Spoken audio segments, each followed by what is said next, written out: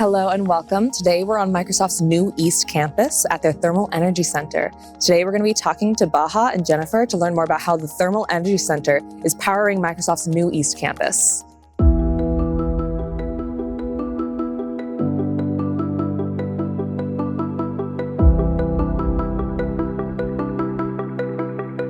Hi, today we're here on Microsoft's new, still developing East Campus. And today I'm here with Baha. Can you introduce yourself? Yeah, absolutely. My name is Baha Sadreddin. I lead global sustainability for real estate and facilities of workplaces at the Microsoft's new East Campus development, which is a part of our Puget Sound campus modernization.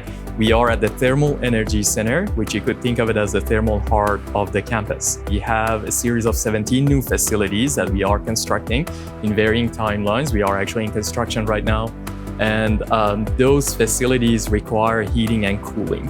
The Thermal Energy Center in itself is really centralizing the heating and cooling through a very efficient processes.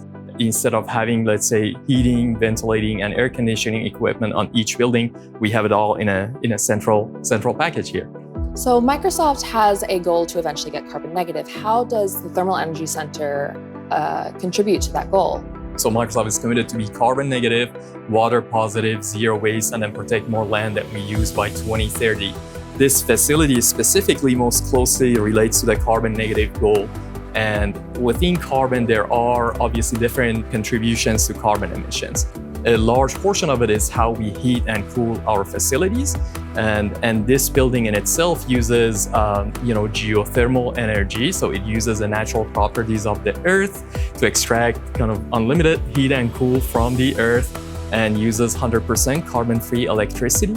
There are other ways that this building is also contributing to the Microsoft's 2030 goals. For instance, it's helping us to save a lot of water because we don't have any more traditional evaporative cooling systems. It's helping us save almost 8 million gallons of water per year. It's helping us reduce embodied carbon of construction because all the material that we have used in this facility is low carbon. Now that the Thermal Energy Center is operational, are there any discoveries you've noticed that you didn't anticipate when you were starting to build it? I think one interesting one is that it's actually operating more effectively or more efficiently than the models initially predicted. Let's dig more into the technical side of the Thermal Energy Center. So I'm now here with Jenifer. Jenifer, can you introduce yourself? Absolutely. I'm Jenifer Parks. I go by Jen. I'm the East Campus District Facilities Manager. So I oversee the new East Campus, and also I oversee operations and maintenance programs for the Puget Sound campus. So the Thermal Energy Center is a sustainable central utility plant, and you might be wondering how. So we are able to send heating and cooling to the new buildings using renewable energy or carbon-free energy. How? So we have 900 GeoWells. Those 900 GeoWells are 550 deep, which comparing in terms of like height, it's 28 giraffes on top of each other, or the same height than the Washington Monument. So how it works, water gets pumped into those GeoWells and gets heated by the soil. So once the water is heated, it goes back to our heat recovery chillers, where the heat recovery chillers will extract the heat or store the heat, which is gonna recharge our thermal energy storage tanks. We have 7 storage tanks. 4 of them store hot water, and 3 of them store cold water. For winter time, we send heat to the buildings, and during summertime, we send cold energy to the buildings.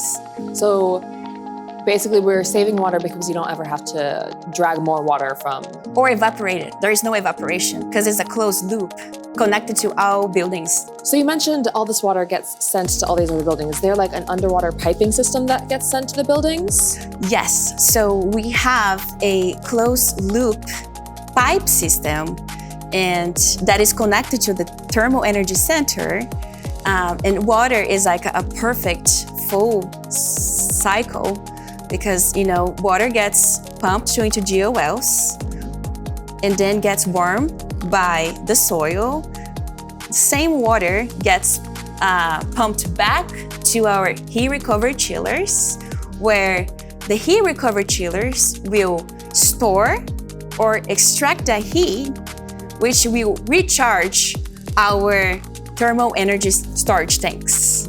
So what makes Washington a great climate for this type of energy? I would say something that's critical with, let's say, a geothermal plant. One is, again, the properties of the earth. If you think of the geothermal technology that we're using, we have a series of 900 geothermal wells that are 550 feet deep, sending water down. And as you go down deep into the ground, the temperature of the earth becomes very constant and uniform, which is similar to the average temperature of the region. So in our region, the average temperature compared to, let's say, the seasonal changes, we call them diurnal changes, when the weather gets hot enough and then cold enough, is really how this technology becomes applicable. So now that we've built it, is there a way to replicate this for other companies that have as big of a campus as us? We do definitely share the knowledge. We have a lot of public tours, other companies, even our competitors that come and see it, government entities that come and see the facility. And there you have it. Thank you for joining us today to learn how the Thermal Energy Center keeps us chill in the summer and cozy in the winter.